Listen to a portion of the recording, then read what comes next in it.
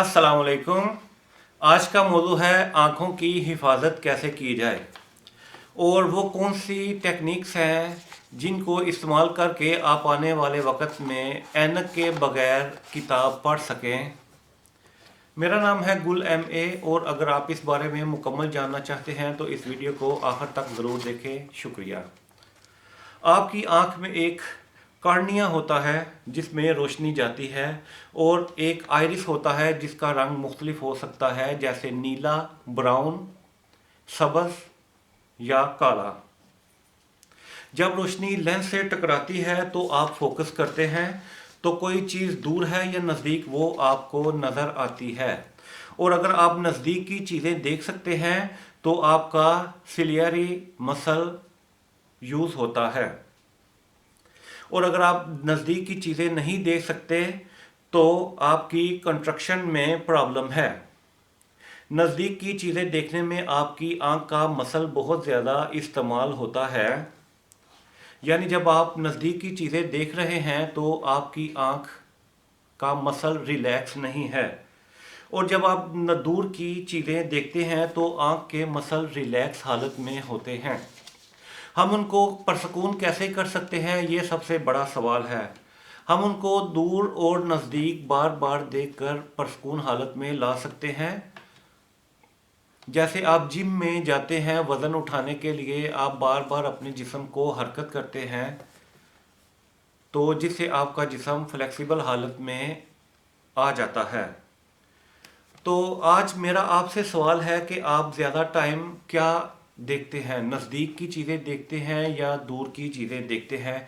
उससे आपको पता चलेगा कि आने वाले वक्त में आपकी आँख नज़दीक की या दूर की ओवर ब्लास्ट होने वाली है और आपने उसके मुतल्लक क्या तदाबीर अख्तियार करनी है।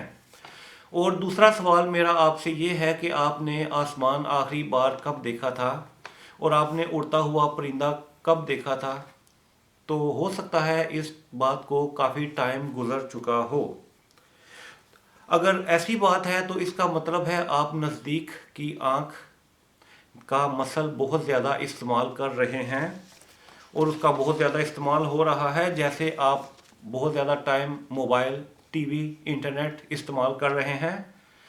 तो फिर ख़तरा है कि आपकी आँख का नज़दीक का मसल ओवर ब्लास्ट होने वाला है और आपने उसको बचाना है।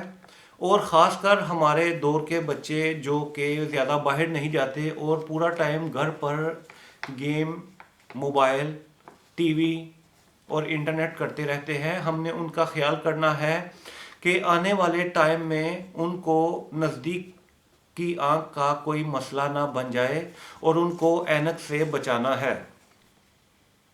तो इसका इलाज ये है कि आपने कम से कम 45 मिनट से लेकर 1 घंटा वॉक पर जाना है, और अगर आप वॉक पर जाएं तो आपने अपना मोबाइल इस्तेमाल नहीं करना। ये ना हो कि आप मोबाइल पे जाएं और आप अपना मोबाइल देख रहे हों कि किसी का मैसेज आया है या क्या आया है। फ़िलहाल आपने 1 घंटा कम से कम बाहर जाना है और आपने कभी आसमान को देखना है, कभी परिंदों को, कभी दरख्त को, और आपने अपनी आँख के मसल्स को रिलैक्स देना है। उससे आपकी आँख को सुकून मिलेगा और आपको भी बहुत ज़्यादा सुकून महसूस होगा और आपकी आँख रिलैक्स हालत में आएगी और वो रिकवर होगी, और उससे ये होगा कि आपको ऐनक नहीं लगाना पड़ेगी और आपने अपने आप को भी ऐनक से बचाना है और अपने बच्चों को भी ऐनक से बचाना है। खुदारा उनको बाहर लेकर जाएं, वॉक पर लेकर जाएं और उनकी आंखों को भी सुकून दें और उनको 24 घंटे मोबाइल, टीवी, इंटरनेट से बचाएं। और ख़ासकर अगर आपकी उम्र 50 साल से ज़्यादा है तो आपने इस वॉक का पूरा एहतमाम करना है, क्योंकि ये वो उम्र है जिसमें जिस्म के आज़ा को दुरुस्त हालत में रखने के लिए बहुत ज़्यादा मेहनत करनी पड़ती है। तो आप कोशिश करें कि आप ज़्यादा टाइम वॉक पर जाएं, बहुत ज़्यादा टाइम घर से बाहर गुजारें और दरख्तों के झुंड में या कहीं भी जिधर भी हो आप उधर चलें फिरें और अपनी आँख के नज़दीक के मसल को रिलैक्स दें और उसको रिकवर होने में मदद फराहम करें।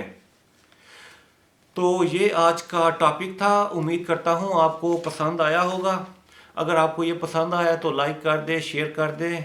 گھنٹی کا بٹن دبا دیں اور اپنی صحت کا اور اپنے بچوں کا دھیان رکھیں۔ اللہ آپ کا حامی و ناصر ہو۔ پاکستان زندہ باد۔